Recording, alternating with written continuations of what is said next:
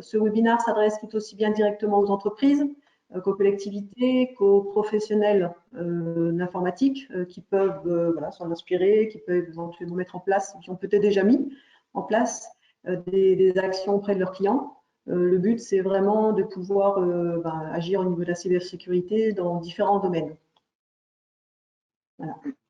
Donc, nous allons à présent nous présenter.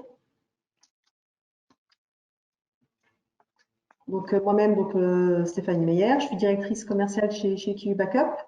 Et donc, voilà, je suis l'interlocutrice que vous avez, on va dire, de prime abord pour comprendre votre besoin, répondre à vos questions et être également le lien avec l'équipe technique, avec Kiwi Backup en interne. Voilà, de manière très succincte. Et Loïc, je te laisse te présenter.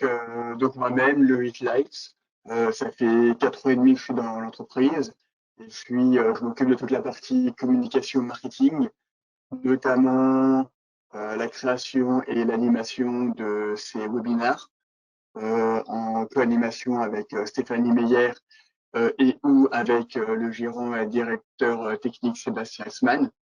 Mais je m'occupe aussi après de tout ce qui est réseaux sociaux, site internet, salon, enfin c'est assez vaste comme sujet, et notamment derrière toutes les actions qu'on essaie de mettre en place pour les partenaires et pour permettre d'augmenter justement leur business, d'aider avec des outils différents, notamment des formations techniques, etc. sur la solution.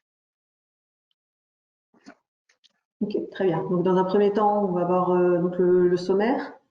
Tel que vous le constatez, donc on va avoir une petite introduction de la part de Loïc sur l'état des lieux des cyberattaques. Ensuite, les failles, tout aussi bien humaines que techniques. Et puis après, le plan d'action, le détox avant l'été. On a voulu un petit peu surfer sur le côté détoxifié ou avant l'été des magazines, principalement féminins, mais bon, voilà. Le plan d'action qu'on vous propose éventuellement en 6 semaines. Voilà, donc c'est vraiment pour information, si vous voulez vous en inspirer. Voilà. Donc, je vais laisser la main à Loïc pour vous présenter justement ce webinaire et je reviendrai vers la fin. N'hésitez pas à poser vos questions via le formulaire, nous faire remarque, des différentes remarques pour que cette visioconférence soit la plus interactive possible. Voilà. À tout à l'heure. Merci. Merci à toi. Donc, j'ai une réponse également sur les actions de sensibilisation. Il y a M. Gonzalez qui a parlé de sensibiliser le personnel aux bonnes pratiques en cours. Ça va être justement un des points majeurs dont on va parler dans le plan d'action, vu que c'est une faille possible humaine, et c'est même la plus grande faille. Dans cette introduction-là, j'ai vraiment voulu la faire par étapes pour comprendre pourquoi c'est essentiel justement de mettre en place ce plan d'action-là, notamment pour être prêt pendant l'été. Il faut savoir juste un petit chiffre. En été, pendant les congés ou le week-end, c'est 30% de cyberattaques et de vols de matériel en plus. Forcément, les voleurs, les hackers, etc., ils profitent que l'entreprise a moins de monde. Souvent, les personnes partent un peu plus tôt commencent plus tôt et partent plus tôt pour faire d'autres activités après. Plusieurs personnes ne sont pas là. Et donc, ça permet à eux d'être beaucoup plus forts et d'arriver à rentrer dans le réseau plus facilement. Je vais commencer par une petite introduction. Le but, c'est d'être assez court. Je ne vais pas donner tous les chiffres, sinon je pourrais passer 4 heures sur le sujet. Sur l'état des lieux des cyberattaques, notamment avec des chiffres de 2020 et quelques chiffres de 2021. La première chose, c'est qu'en 2020, on voit un nombre d'attaques en augmentation, ce qui est noté, 41% des entreprises ont connu plus de cyberattaques qu'en 2019 et seulement 8% ont diminué, ce qui est très, très faible. Ces chiffres-là, ils peuvent s'expliquer par plusieurs manières. La première chose, c'est qu'en 2020, on a eu une année qui était quasiment exclusivement en télétravail, du moins pour les entreprises qui ont pu le mettre en place. Ça a permis pas mal de failles au niveau des employés, vu qu'ils n'étaient pas forcément sensibilisés à la cybersécurité. Et en plus, à la maison, entre la vie privée, la vie personnelle, etc., peut-être un peu moins d'attention à tout ce qui est ransomware, etc. Il y a aussi eu la peur du Covid, où beaucoup de hackers ont surfé là-dessus, en envoyant des phishing sur l'achat de masques, etc., par exemple. Et il y a aussi eu beaucoup d'entreprises qui ont créé leur site en ligne, donc des petites boutiques qui ont créé un site e-commerce, pas forcément sécurisé. Ils l'ont fait avec Wix, avec WordPress, mais avec des thèmes très simples. C'est pas forcément mauvais de le faire avec ces CMS là, mais derrière, il faut avoir la sécurité nécessaire pour empêcher tout type d'intrusion, ce qui n'est malheureusement pas le cas. On va voir maintenant la cause de la perte de données. La première cause de la perte de données, c'est tout ce qui est accident interne et externe. Il y a justement, c'est pas forcément la cause, c'est pas forcément malveillant. On pourrait penser que de base, ça vient d'un hacker qui veut voler des données, etc. Et au final, on voit que c'est plus les employés qui sont vraiment un palier essentiel dans la cybersécurité, qui sont vraiment acteurs. Et c'est pour ça que j'ai dit qu'on va vraiment se focus là-dessus. Sur les origines des fuites des données, donc 54% c'est de la malveillance, avec du vol physique et de la piratage en ligne. Et sur tout ce qui est accidentel, là, c'est d'autres types de fuites de données. Les conséquences, maintenant, des cyberattaques, il y en a plusieurs. Il y a une conséquence pour 58% des sondés. C'est plus d'impact qu'en 2019 et c'est notamment des impacts sur la production, sur une perte de chiffre d'affaires, une indisponibilité du site web. Alors, l'indisponibilité du site web, alors si c'est un site vitrine, entre guillemets, ça peut encore aller. Si c'est un site marchand, ben, c'est une baisse de vente et c'est surtout après une mauvaise image de l'entreprise. Je connais notamment des sites internet, je ne vais pas les citer, qui, suite à la crise d'OVH à l'incendie, ont eu leur site internet bloqué et inactif pendant 3 semaines. C'était des sites marchands. Donc pendant 3 semaines, quasiment pas de commandes. Ils l'ont fait par téléphone ou autre, mais c'est surtout une grosse perte d'image. Parce que forcément, les clients qui avaient l'habitude de commander sur ce site-là, si ben, ils avaient besoin de commander quelque chose d'autre rapidement, forcément, ils vont très vite essayer de passer commande chez un concurrent qui a l'objet plus rapidement et un site qui est en état de marche. Il y a aussi après sanction par une autorité avec la CNIL et le RGPD. Il faut savoir qu'il faut déclarer une cyberattaque sous les 48 heures ou 72 heures. Alors, je ne sais pas si Stéphanie peut peut-être nous confirmer, c'est 48 ou 72 heures, j'ai un petit doute là-dessus, ou même dans le chat sur les participants. Et ça peut aussi, dans le pire des cas, faire totalement la faillite de l'entreprise. Il y avait une histoire assez touchante voilà. Donc, Monsieur Gonzalez me dit que c'est 72 heures pour déclarer à la CNIL par rapport au RGPD. Donc, merci de la précision. Il y avait une histoire il y a quelques années qui est passée à France Info où c'était une petite entreprise PME avec un gérant proche de la retraite qui voulait donner et succéder son entreprise à son fils. Malheureusement, il a eu un ransomware et il avait 2 choix. C'était soit payer la rançon, soit ne pas la payer et faire faillite. Parce qu'il n'avait pas de sauvegarde, parce qu'il n'avait pas les mesures adéquates. Et il se disait, ben, j'ai pas l'argent pour payer la rançon de toute façon. Et même si je la paye, je suis pas sûr d'avoir mes données ou d'avoir derrière un autre ransomware. Donc, il a été obligé de mettre en faillite son entreprise, et son entreprise était son bébé qui l'a construit depuis des années, qui voulait léguer à son fils derrière. Et ça, c'est vraiment des histoires touchantes et qui arrivent bien plus fréquemment qu'on ne le pense. Derrière moi, il y a aussi une des plus grosses rançons qui a été versée de 40 millions d'euros aux États-Unis, enfin de dollars. C'est ouais, assez conséquent là-dessus. On va maintenant passer un petit peu sur le domaine de la santé, aussi important de se focus là-dessus, parce que les cyberattaques sont en hausse. Il y a eu en 2020 34 mises en danger de patients à cause d'incidents de sécurité informatique, dont notamment un drame qui a eu lieu en Allemagne, où un hôpital a été totalement visé par un hacker. Tout était hors service. Une personne malade devait venir dans cet hôpital-là. Au final, elle a été transmise dans un autre centre et le temps d'être transmis dans l'autre centre, cette personne est décédée.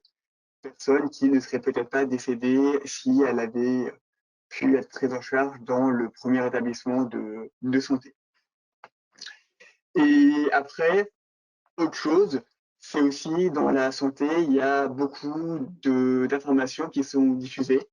Là, on voit donc sur plusieurs hôpitaux et espaces de formation où il y a des adresses Orange, Free, SFR ou Bbox qui ont été mises sur Internet avec d'autres informations.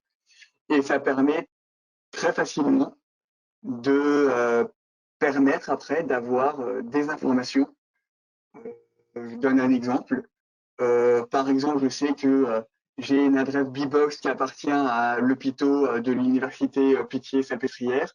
Je peux très vite, moi, après, envoyer un mail en disant vous n'avez pas réglé une facture de 20 euros suite à votre dernière consultation.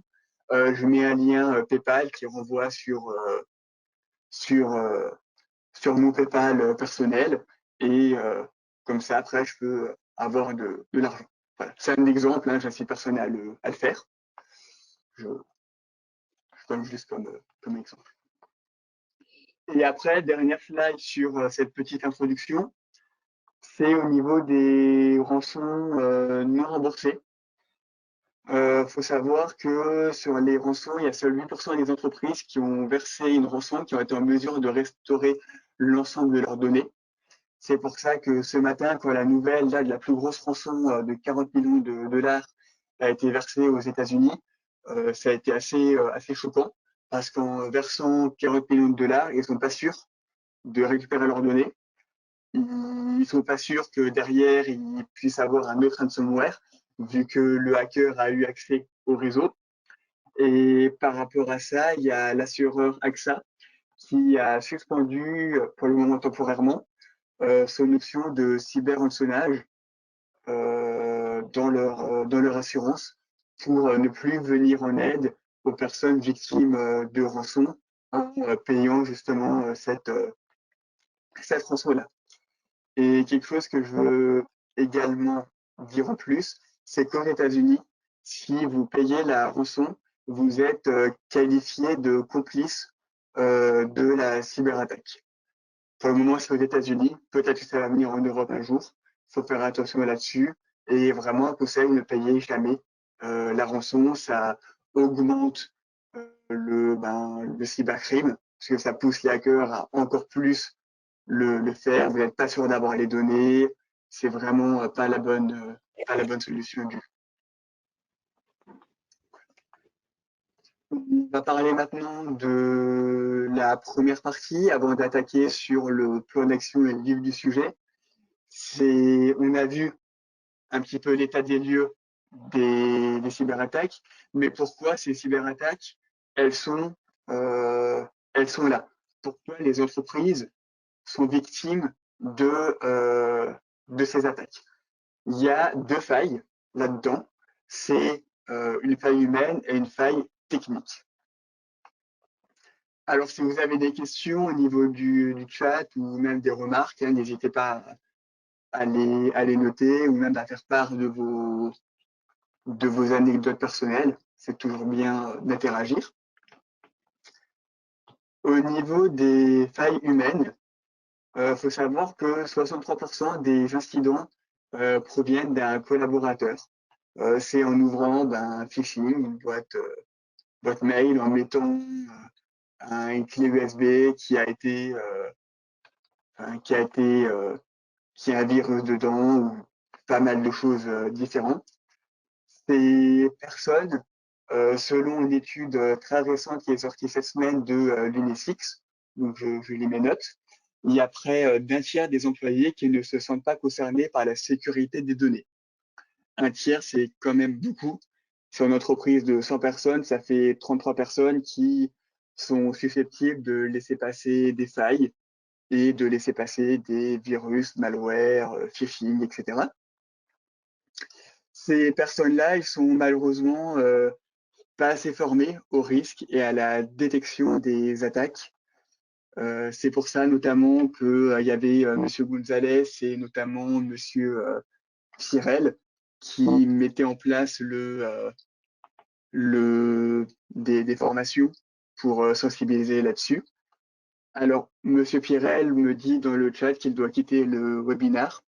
Donc, bien sûr, ce webinaire sera en replay avec tous les documents. Le replay sera envoyé soit aujourd'hui, soit demain. Voilà, merci d'être présent au début et puis bonne fin de journée à vous. Les personnes, ils sont pas assez formées à ces risques, à la détection des attaques. Il faut savoir que même si elles sont formées à un instant T, au bout de 6 mois, selon également des études, la formation ne sert plus à grand-chose car ils oublient des choses.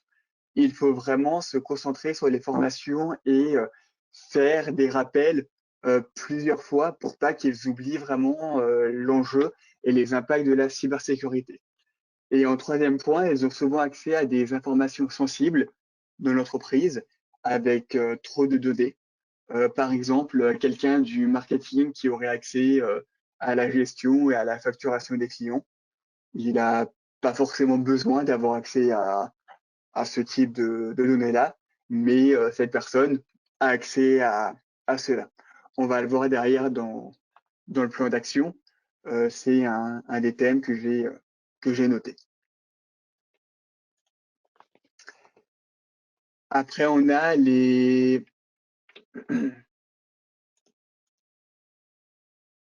failles techniques. Donc ça, c'est sur les postes de travail, les serveurs, les réseaux, où on laisse passer les différents virus. Et on a toujours du matériel qui subit des risques de vol, d'incendie. On l'a vu récemment dans les médias, également d'usure. Je pense notamment à un poste de travail ou même un disque dur. Ça ne tient pas éternellement, surtout si on ne l'allume pas. Il y a Monsieur Gonzalez qui me fait part de la question des habilitations à prendre en compte. C'est très bien d'en parler maintenant. On aura une slide spécialement dédiée aux habilitations juste après.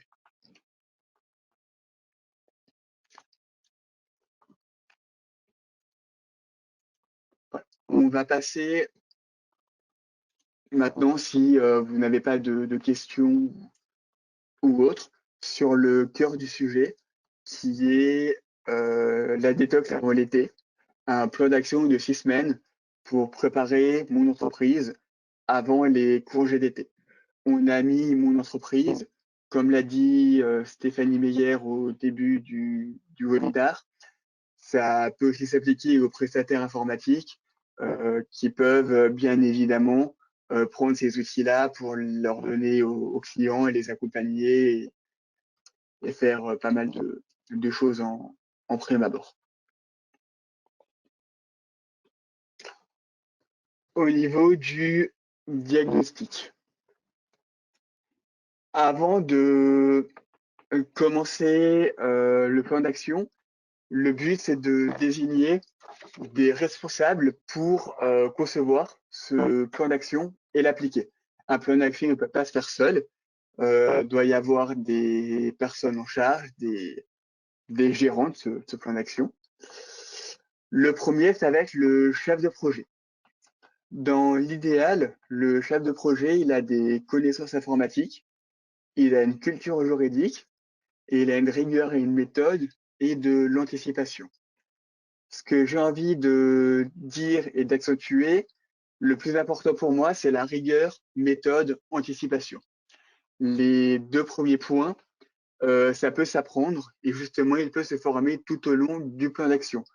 Les connaissances informatiques et juridiques ne sont pas forcément des prérequis essentiels. Quand je suis venu, moi, chez Kiwi Backup, je n'y connaissais pas forcément énormément sur le sujet de la cybersécurité.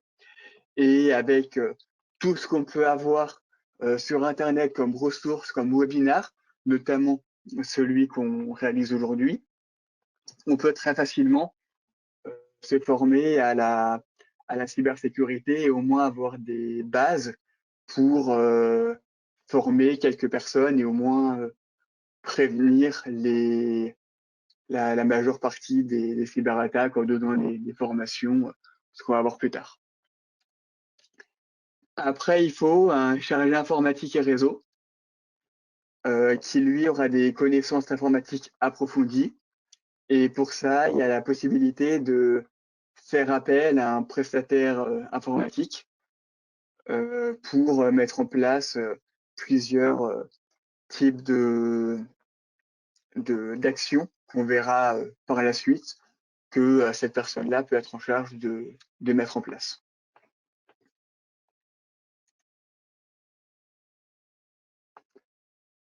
Pour faire ce plan d'action, le mieux, c'est d'avoir un outil qui permet de gérer les tâches, que ce soit les tâches à faire, les tâches en cours, les tâches finies, pour bien caler ça dans le temps. Moi, je vous propose 3 outils que j'utilise personnellement. Le premier, c'est Trello. C'est un outil de gestion collaborative qui est totalement gratuit. Alors, il y a une version payante, mais elle n'apporte pas grand-chose de plus. Avec la version gratuite, vous pouvez faire déjà pas mal de choses. Ici, j'ai mis une petite image justement d'un Trello pour planifier les vacances, vu que après le plan d'action, logiquement, le but, c'est de partir sereinement en congé. Donc, on peut voir qu'est-ce qu'on doit prendre avant le voyage, qu'est-ce qui a été fait, ainsi de suite. Et vous pouvez faire comme ça plusieurs cases, le mettre. Vous pouvez assigner la tâche à quelqu'un, pardon, mettre également le temps que ça va prendre. Vous pouvez faire pas mal de choses dessus. C'est un outil qui est bien pour ce plan d'action-là, mais même pour les autres. Alors, je ne sais pas dans le chat si vous utilisez un des 3 outils ou un autre. N'hésitez pas à me le noter, ça pourrait être intéressant d'avoir d'autres billes là-dessus. Après, deuxième outil, c'est GitLab. GitLab, il fonctionne un petit peu comme Trello, sauf qu'il a des fonctionnalités plus poussées. De base, GitLab, c'est plus pour les développeurs, etc. Mais on peut l'utiliser très bien pour faire ce type de plan d'action aussi gratuit. Et après, il y a Google Doc, qui est un outil bureautique collaboratif et gratuit. Il suffit juste d'avoir une adresse mail, de préférence Gmail.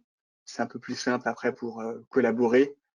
Et notamment, on va voir après, il y aura une proposition de faire plusieurs éléments et chartes, notamment le chart de sécurité, où là, vous pouvez travailler à plusieurs dessus sur le même document. Alors, on me dit que voilà, l'outil Google, quelqu'un ne le préconise pas trop en termes de protection des données. Je suis totalement d'accord là-dessus. Moi, je l'ai mis parce que souvent, c'est quelque chose qui est très utilisé et la personne me me conseille Nextcloud que lui utilise. Donc, n'hésitez pas à noter Nextcloud qui peut être une bonne initiative et je vais également le prendre en compte après, puis changer le doc en rajoutant Nextcloud dedans. Donc, merci pour l'information.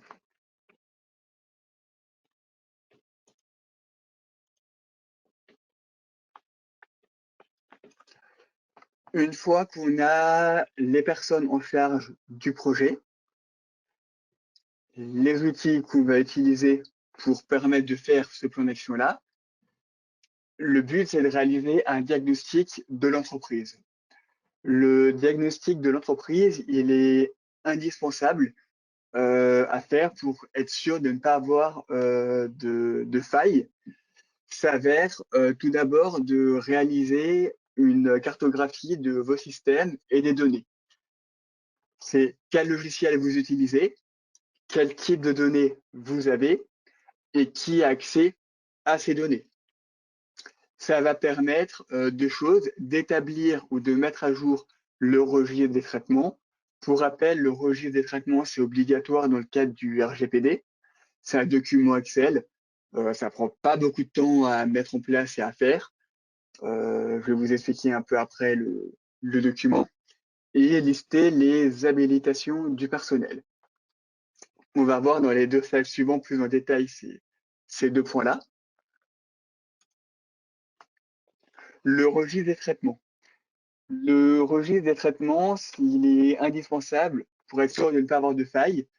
On va faire un tri sur les données personnelles à mettre dans le registre des traitements et les données non sensibles qu'on mettra dans un autre fichier.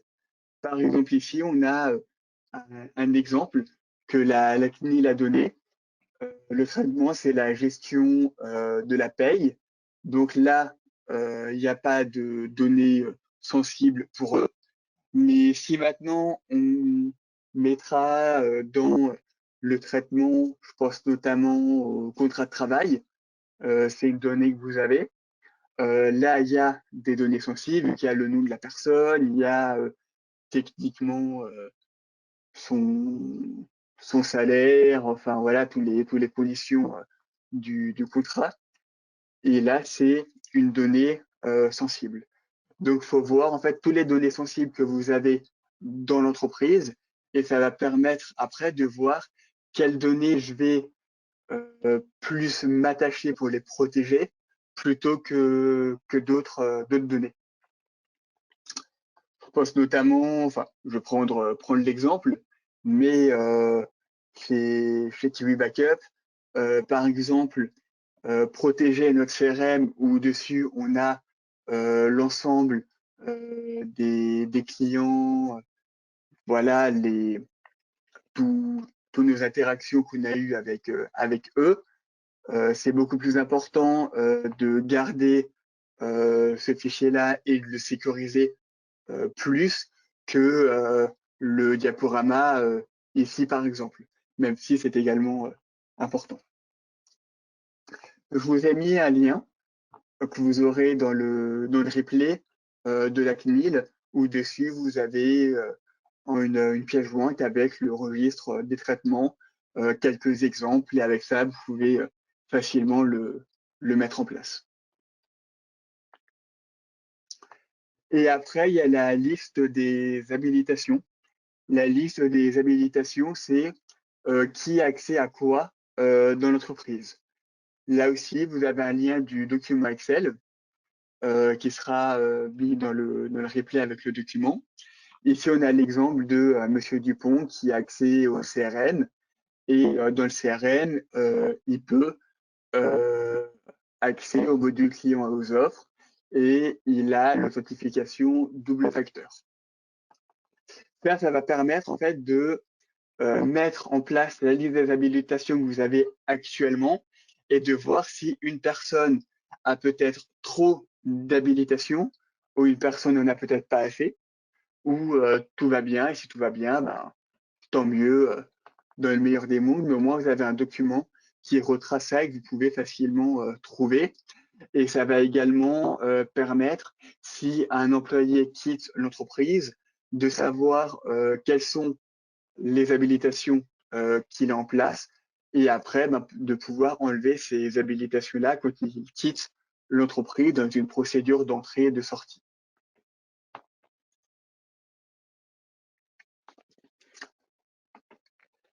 En deuxième partie du diagnostic, ça va être de réaliser une cartographie des risques. C'est très important de savoir où sont stockées vos données sensibles et quels sont les problèmes de sécurité éventuels. Alors, les problèmes de sécurité éventuels, ça peut être quoi? Ça peut être notamment le fait de ne pas avoir de sauvegarde de données externalisée, parce qu'on peut avoir une sauvegarde de données au niveau des locaux, mais si l'entreprise a un vol ou un incendie, une inondation ou autre, ben là, vous perdez les données, enfin, les données principales et également le backup qui est sur site. Ici, on a mis un petit tableau que vous pouvez également refaire chez vous, où on a les actifs principaux. Les actifs principaux, c'est vraiment le cœur de votre activité. Chez Kiwi, ici, on parle de Kiwi Santé avec la sauvegarde de données.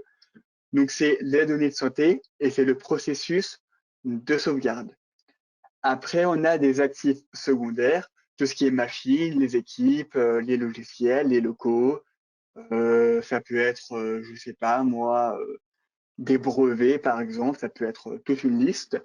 Et derrière, on va lister à chaque fois les problèmes de sécurité éventuels. Ici, on a mis les vols, pertes, départ d'un collaborateur, une perte de compétences, une faille dans un logiciel. Pour les locaux, c'est un incendie, inondation. Et je vous invite également, si vous pouvez, à lister ces problèmes de sécurité par les problèmes de sécurité les plus graves.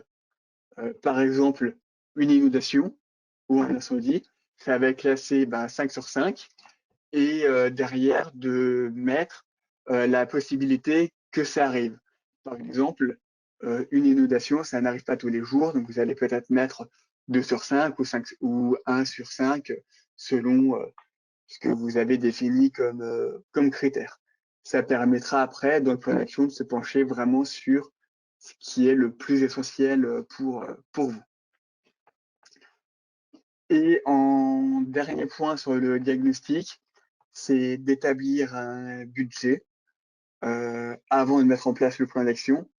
Déjà, quels sont les moyens de l'entreprise et est-ce que vous êtes prêt à investir et si oui, combien? On va voir qu'il y a pas mal d'actions qui ne nécessitent pas forcément de budget, mais certaines qui nécessitent un petit peu de fonds pour vraiment bien être, bien être à cheval là-dessus. Voilà. Alors, je vais juste faire une petite pause, 30 secondes.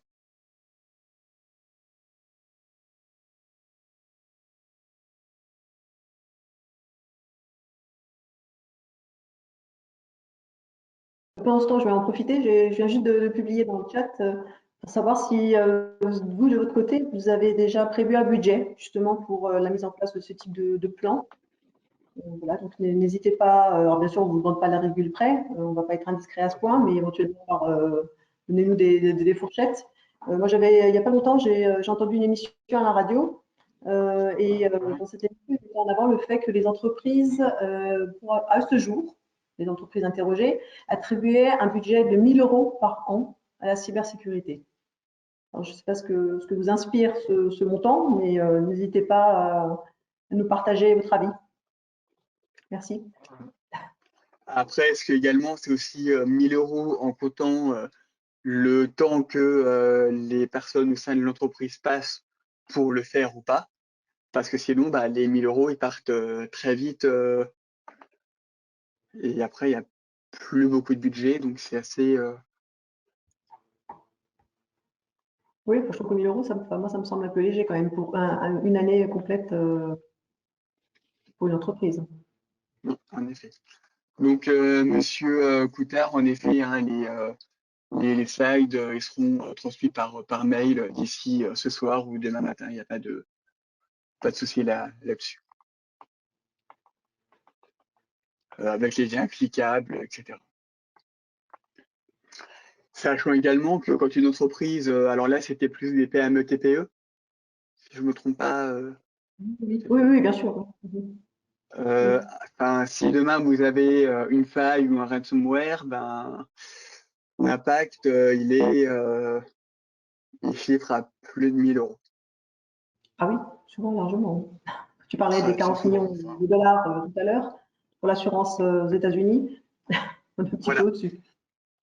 Voilà, bon là après voilà, c'est des petites PME ou autres. Peut-être qu'une ressource, ça sera 5 000 € par exemple ou 6 000, mais c'est déjà ça quoi. Enfin, voilà. Pas de quoi, hein, question. Donc voilà, il n'y a pas de réponse au niveau du budget, donc je vais un Poursuivre le petit peu contrat. avancer. Mhm. Et là, on va passer au vif du sujet, qui est établir le plan d'action. Au niveau de ce plan d'action, euh, donc dans un premier temps, il faut réfléchir aux mesures de prévention des risques et lister les priorités mises à jour selon le diagnostic.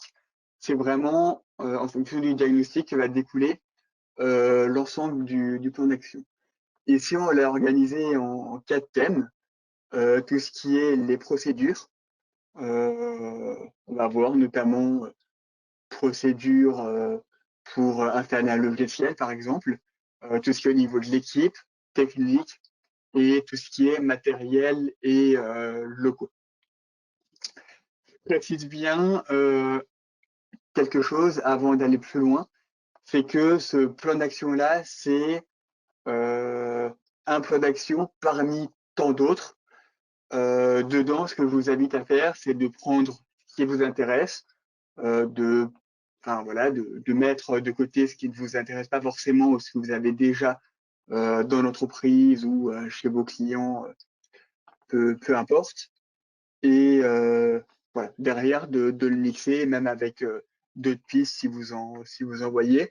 Si vous en avez d'autres, n'hésitez pas, comme je l'ai dit, à le mettre dans le chat. Et on va commencer. En exemple de plan d'action, là j'ai listé sur cette slide-ci toutes les actions selon les quatre thèmes. Au niveau des procédures, la première, ça va être de créer une charte de sécurité informatique. Dans cette charte de sécurité informatique, le but, c'est de mettre les pratiques à mettre en place et vraiment avoir quelque chose d'écrit euh, et qui va être faire signer par l'ensemble des collaborateurs de l'entreprise pour qu'ils prennent vraiment conscience qu'il y a des règles qui peuvent avoir également des sanctions par rapport à ça. Deuxième, c'est mettre à jour les habilitations, notamment M. Gonzalez en parlait tout à l'heure, suite au diagnostic et au tableau d'habilitation, soit enlever des habilitations à certaines personnes, soit en rajouter. Après, c'est de réaliser une procédure des entrées et des sorties du personnel. Quand une personne entre dans l'entreprise, c'est lui faire signer le règlement intérieur, la charte de sécurité, lui expliquer, lui faire une petite formation, par exemple, d'une demi-heure, 1 heure sur les phishing ou la détection, par exemple, et également avoir une procédure de sortie pour être bien sûr que quand la personne part de l'entreprise, tous ses comptes ont été désactivés et que la personne ne part pas de l'entreprise avec encore des données et un accès à des comptes. On voit des entreprises, notamment dans les médias, où des employés avaient encore accès au système d'information 3-4 ans après, et ils en ont profité pour prendre ce qu'ils voulaient prendre comme information derrière. Et bien sûr, dans les procédures, en mettant tout ça en place, c'est la vérification de la bonne mise en place de ces procédures-ci. Si on ne vérifie pas, mettre tout ça en place, d'accord, on l'a mis en place, mais ça ne veut pas forcément dire que les employés vont mettre ça à profit. Au niveau de l'équipe, maintenant, ça va être de réaliser une formation de sensibilisation avec les nouvelles procédures, notamment la charte de sécurité, les nouvelles habilitations, les nouvelles procédures d'entrée et de sortie, de former les employés à la détection des phishing. C'est pour moi des points les plus essentiels. J'en ai parlé déjà 6 fois avant, je ne vais pas forcément me répéter. Faire signer la charte, forcément. Un conseil, c'est de mettre en place la double authentification, que ce soit avec Google Authentificator ou même d'autres. Il y a aussi Microsoft qui fait ça. Donc, ça permet quand vous vous connectez, par exemple, à votre compte mail, d'avoir derrière, vous mettez votre mot de passe et derrière, vous avez un code que vous devez rentrer. Donc, c'est une étape supplémentaire pour vous connecter et ça permet de protéger votre mot de passe beaucoup plus facilement et beaucoup plus fort par rapport à ça. Après, c'est de mettre en place le verrouillage automatique des postes. On n'y pense pas souvent, mais alors, en télétravail, c'est un peu moins le cas, mais quand on est dans un open space, par exemple, souvent on oublie de verrouiller le poste de travail et derrière, on n'est jamais à l'abri d'avoir un collaborateur un peu malveillant ou autre qui peut prendre nos données et avoir les habilitations qu'on peut avoir. Après, c'est de mettre en place une politique pour le téléchargement d'un logiciel. Ça s'appelle le Zero Trust. Ça veut dire que vous, en tant que chargé de projet de ce plan d'action, vous allez mettre en place une liste de logiciels qui sont utilisés par l'entreprise et qui sont sûrs. Cette liste de logiciels-là, vous la mettrez peut-être dans la charte de sécurité informatique ou dans un autre document, à vous de voir. Et c'est les logiciels que les employés peuvent utiliser. Si après l'employé il souhaite avoir et télécharger un autre logiciel, il devra demander au chargé de sécurité si ce logiciel-là est fiable ou non. On voit trop souvent dans les entreprises des personnes télécharger des extensions ou autres ou des entreprises, des logiciels qui peuvent les aider dans des tâches, mais qui sont souvent pas sûrs du tout, qui sont pas connus ou autres. Donc, c'est mieux de passer par un chargé de sécurité pour voir ça. Et même si c'est contraignant au début, au bout de 3-4 mois, il y aura les logiciels qui vont s'empiler, même des logiciels par exemple de streaming audio, si les employés écoutent de la musique. Et après, il y aura quasiment plus de demandes de la part des employés. C'est ce que nous, on a mis chez Kiwi et notre chargé de sécurité, on ne va pas l'embêter tous les jours par rapport à ça. Hein. Vraiment, on lui demande peut-être une fois par mois, voire une fois tous les 2 mois, si on peut installer un logiciel. Après, c'est réaliser des quiz sur les phishing pour toujours former et sensibiliser. J'en parlerai plus après. Limiter la connexion des supports mobiles. Il y en a beaucoup qui vont, notamment là avec les vacances, travailler de l'étranger ou même de la France, dans des bars, dans des cafés, etc., et se connecter au Wi-Fi mobile, au réseau mobile. Ça, c'est quelque chose qui laisse passer énormément de failles, qui n'est pas du tout sécurisé. Moi, incite et je vous conseille là-dessus à faire un partage de connexion avec votre téléphone mobile, que tout le monde a logiquement sur soi. Ça permet d'éviter tous ces soucis-là. Et après, c'est de faire des mises à jour régulières. Parce que les mises à jour des logiciels ou même de Windows ou de Mac, souvent, ça corrige des failles. Et c'est avec ces failles-là que les hackers peuvent rentrer dans le système d'exploitation, dans le logiciel, pour mettre un petit virus dedans. Je passe à la technique. Donc, sauvegarder vos données. J'ai une slide après qui explique un peu plus en détail. Installer un antivirus, c'est un peu la base. Pareil pour un pare-feu. Après, limiter les ouvertures avec un bon firewall.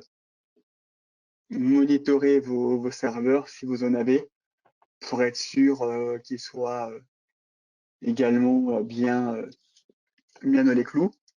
Loguer les accès admin. Si vous avez voilà, justement des personnes admin, le but, c'est pas de mettre en admin l'ensemble des employés sur leur poste. Et après, c'est configurer le serveur de mail pour empêcher le relais d'email, parce que ça peut occasionner également des soucis de cybersécurité. Et après, en matériel et locaux, c'est de sécuriser l'accès aux locaux, parce que vous pouvez avoir des vols, vous pouvez avoir des incendies, donc ça va être avec des alarmes, avec des badges, des extincteurs. Là, ça va dépendre de votre entreprise. Également, sécuriser les documents confidentiels sous clé. On n'est jamais à l'abri d'avoir un collaborateur malveillant, ou même si vous avez de la visite d'un client ou d'un prospect qui part un peu dans les bureaux et qui peut prendre ces documents-là. Et après, c'est acheter un destructeur de papier. Quand vous imprimez quelque chose de confidentiel et vous voulez le mettre à la poubelle, ça serait dommage de mettre toutes les infos confidentielles comme ça à la poubelle, alors que derrière, on peut fouiller la poubelle si elle est posée devant les locaux. En semaine 3, une fois que vous avez déterminé les mesures que vous voulez mettre en place, et après le diagnostic, ça va être toute une partie où vous allez écrire les procédures, faire les devis et vraiment passer sur la partie plus écriture et en amont de la mise en place. Première chose, au niveau matériel et locaux, c'est de réaliser les devis pour sécuriser matériel et locaux. Les devis, ça va être en fonction de votre entreprise et de ce que vous devez mettre en place par rapport à ça. Au niveau plus technique, ça va être réaliser des devis pour choisir votre prestataire de sauvegarde externalisé et tout de suite pouvoir créer un compte de démo pour tester la solution le plus vite possible. Je spoil un peu ce qui va arriver après, mais avec Kiwi Backup, actuellement, on a mis en place une offre qui permet justement d'accélérer cette étape-ci dans le processus. Et au niveau de tout ce qui est procédure, ça va être créer la charte de sécurité, créer la procédure d'entrée et de sortie des employés, la liste des logiciels utilisables dans l'entreprise, revalider les habilitations et en dernier, ce que j'ai pas mis avant, c'est de choisir un gestionnaire de mots de passe type LastPass ou Dashlane. Nous, on utilise LastPass chez Kiwi et ça permet derrière d'avoir un mot de passe maître et après d'avoir des mots de passe qui sont non retenables du tout et encore d'augmenter la sécurité. Moi, j'ai des mots de passe qui sont connectés par exemple à Gmail. Mon mot de passe, je ne le connais pas du tout. c'est l'espace qui a ce mot de passe-là. Et ce mot de passe, je peux le changer, par exemple, tous les mois, dès que l'espace me dit attention, il y a eu des mails qui ont été piratés par des hackers sur Gmail. Directement, je change les mots de passe. Le mot de passe, moi, je ne le connais même pas. Et c'est très pratique. Et en plus, c'est aussi pratique parce qu'on n'a pas besoin de retenir 50 000 mots de passe. Personnellement, avant d'avoir l'ASPA, je mettais souvent, malheureusement, les mêmes mots de passe, pas très sécures. Et maintenant, plus besoin de me soucier de ça. Donc, j'ai Monsieur Gonzalez qui me dit qu'il y a aussi KeePass comme gestionnaire de mots de passe. Donc, si vous voulez le noter en plus, c'est peut être un bon outil également. Je ne connaissais pas, donc merci du lien, comme avant avec Nextcloud, qui peut être sympa. Je vais faire un focus sur la charte de sécurité. Au niveau de la charte de sécurité, sur les points clés, faut d'abord mettre l'objectif, c'est d'informer l'utilisateur sur les règles, les mesures de contrôle et les sanctions. Le but, c'est d'être clair et précis, d'aller droit au but, de définir les droits et les devoirs, de définir des mesures de contrôle, on va voir ça notamment après, et de définir des sanctions en cas de non-respect. Alors le but, c'est pas forcément d'avoir tout de suite des sanctions qui blâment ou autres. Par exemple, ce que beaucoup d'entreprises font et ce que chez nous on faisait aussi, quand la personne n'avait pas verrouillé son poste, si elle n'était pas dans son bureau, ben on allait derrière son écran et on envoyait un mail à toute l'entreprise en disant que la personne payait les petits pains le jour d'après. Souvent, la personne joue le jeu, elle doit payer les petits pains et ça dissuade pas mal après de refaire ça. Et vous avez derrière donc, deux modèles, un guide de la SSI, un modèle de charte. Alors, je vais un petit peu accélérer parce que Stéphanie dit que le timing est un petit peu serré. J'ai un peu parlé longtemps, il y a beaucoup de choses à voir. Au niveau de la sauvegarde externalisée maintenant, la sauvegarde, il faut savoir que c'est la seule méthode fiable pour récupérer les données en cas d'attaque. Pour ça, il faut tester la solution en effectuant régulièrement des restaurations. Ça va permettre également, quand vous avez besoin de faire une restauration, de connaître le processus et d'être serein, de revérifier fréquemment le paramétrage des postes, parce que forcément, on a d'autres données, on change. Et même chez Kiwi, on voit des personnes qui n'ont pas changé le paramétrage depuis 4 ans de leur poste, alors que il y a eu plein de données qui ont bougé. Donc nous, on essaye d'être proactifs dessus et de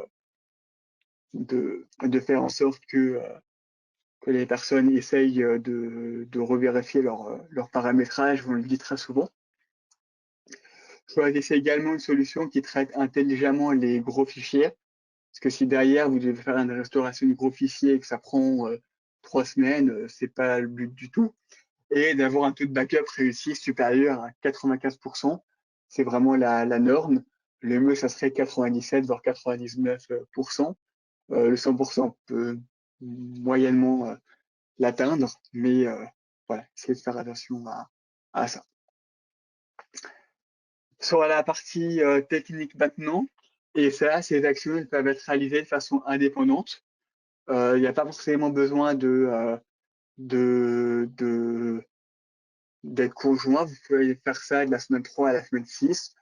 C'est tout ce qui est antivirus, pare-feu, les serveurs, les accès admin et configurer le serveur de mail.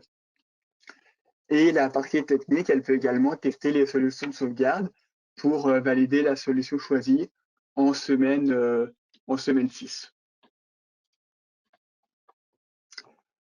Au niveau de la semaine 4, maintenant, Ça va être notamment la réunion de sensibilisation avec les collaborateurs.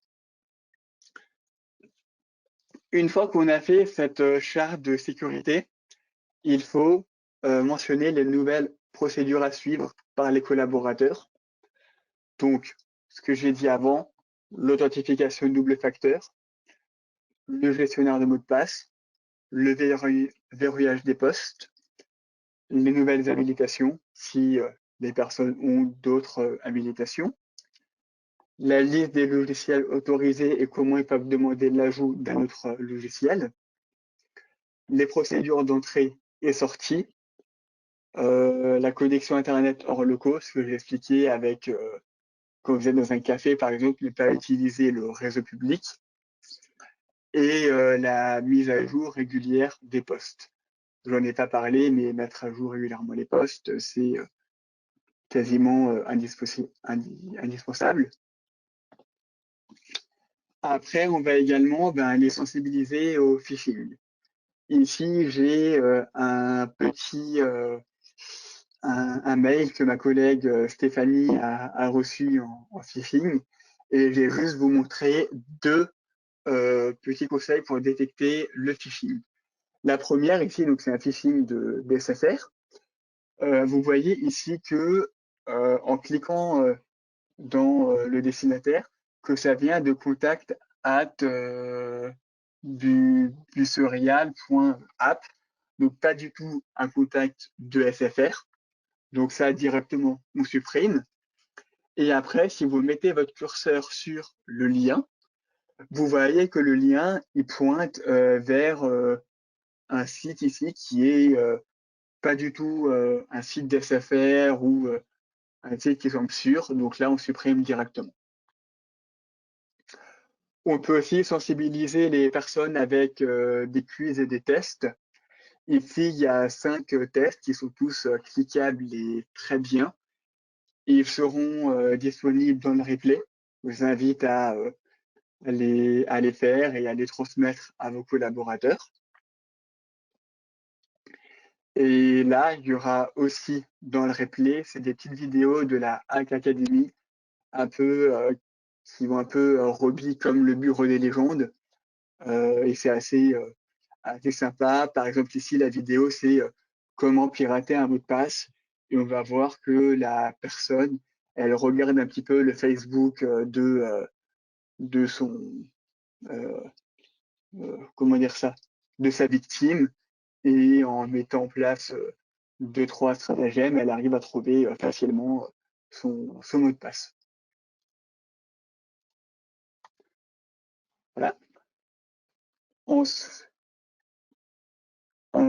semaine 5 maintenant, c'est la validation des différents devis et la mise en place de la sécurisation des locaux. Là, je vais aller très vite dessus.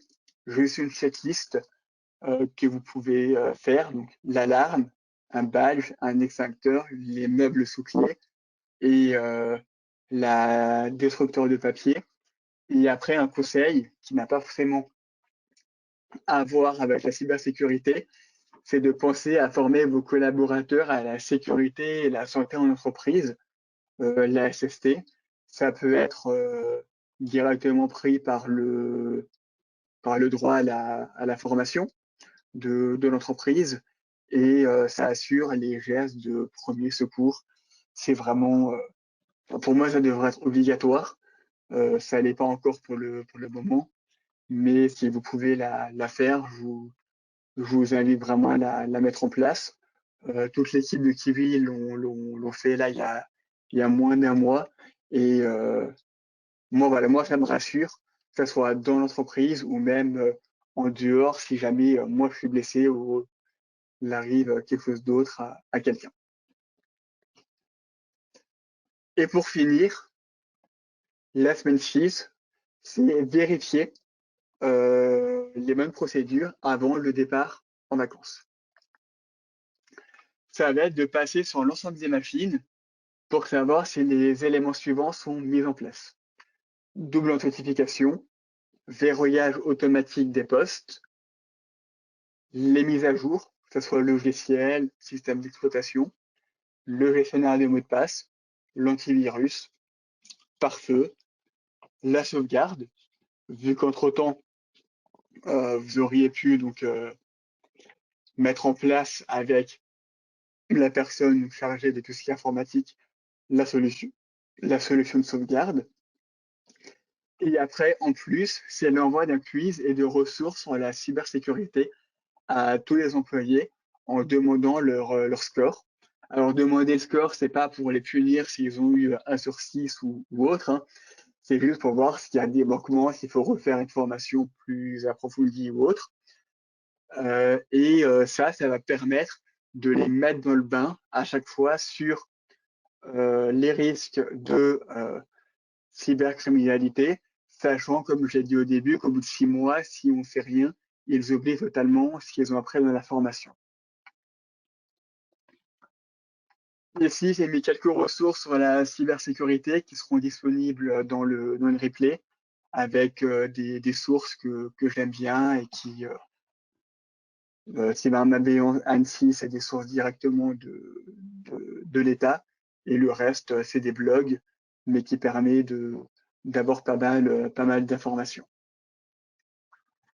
Donc voilà, j'ai fini pour ma partie. Alors, je suis désolé d'avoir dépassé un petit peu du coup sur le chronomètre. Après, je vois que les participants sont encore là, donc voilà, j'espère que vous resterez le temps de la présentation de, de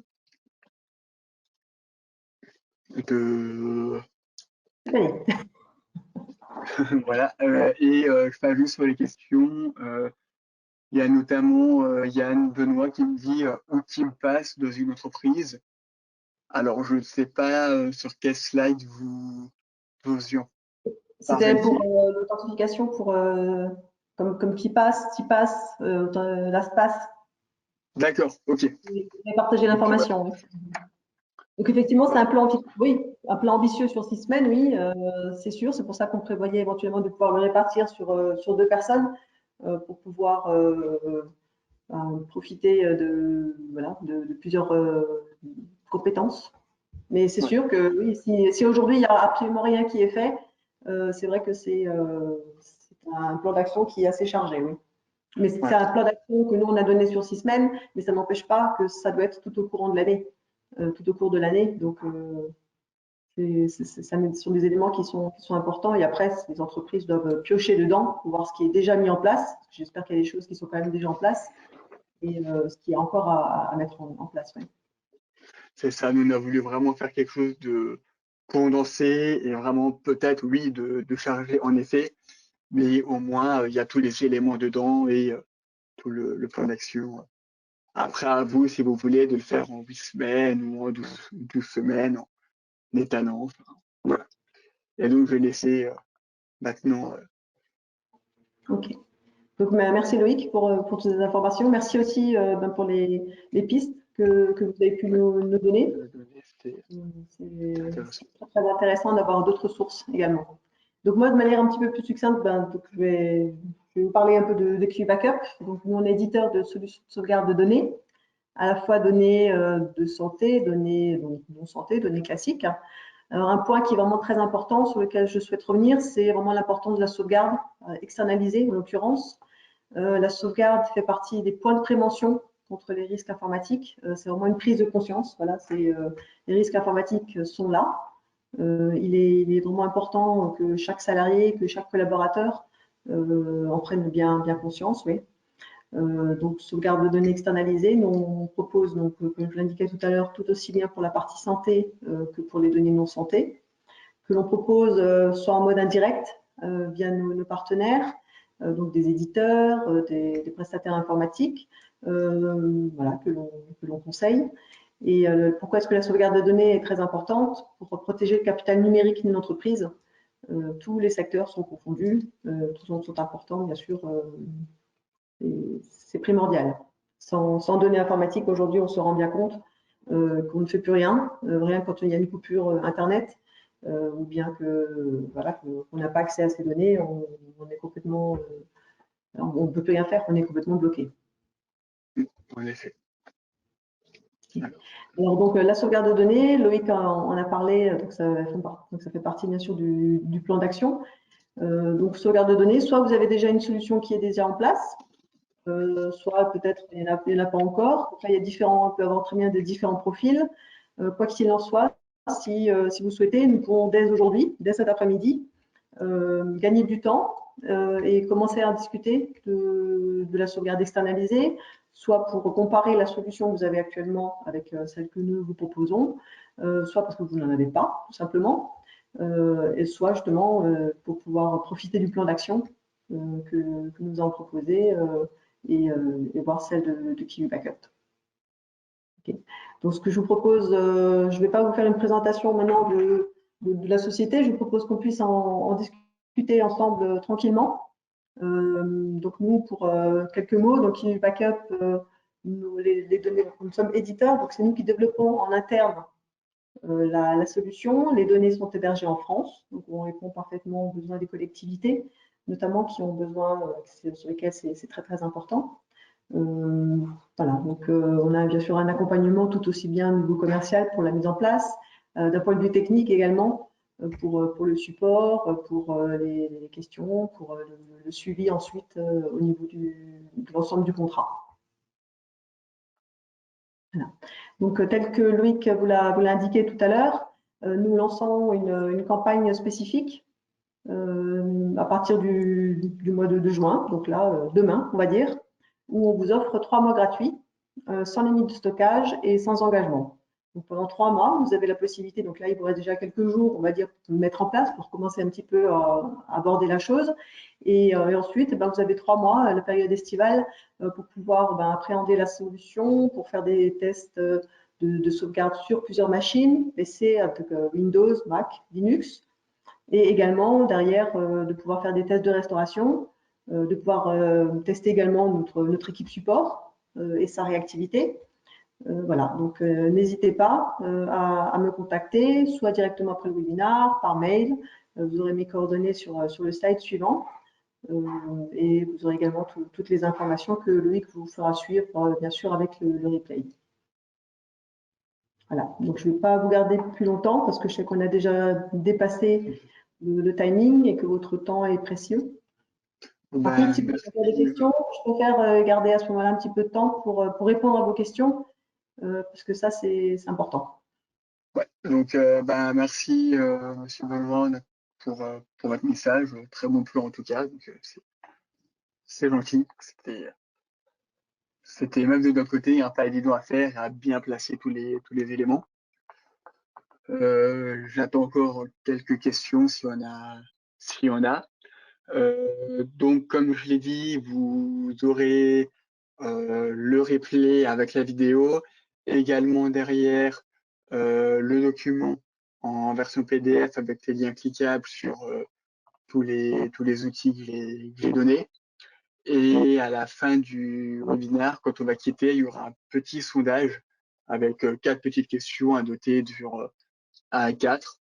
Donc, si vous avez 30 petites secondes pour noter notamment la qualité du son, de la vidéo, sur le sujet, etc., ça pourrait être, voilà, nous aider dans le futur. Et il y a également une question ouverte si vous avez d'autres sujets à nous proposer que vous souhaiteriez aborder dans les webinaires. Alors là, je vois plus de questions. Très bien. Après, n'hésitez pas, même si vous avez des questions par la suite, en revoyant peut-être le replay aussi, si vous voulez davantage clarifier l'un ou l'autre élément, pareil, n'hésitez pas à nous appeler, on reste bien sûr à votre disposition. Oui, en effet. Très bien. Merci à vous pour votre attention et à bientôt, j'espère. Merci à vous. Merci. Au revoir.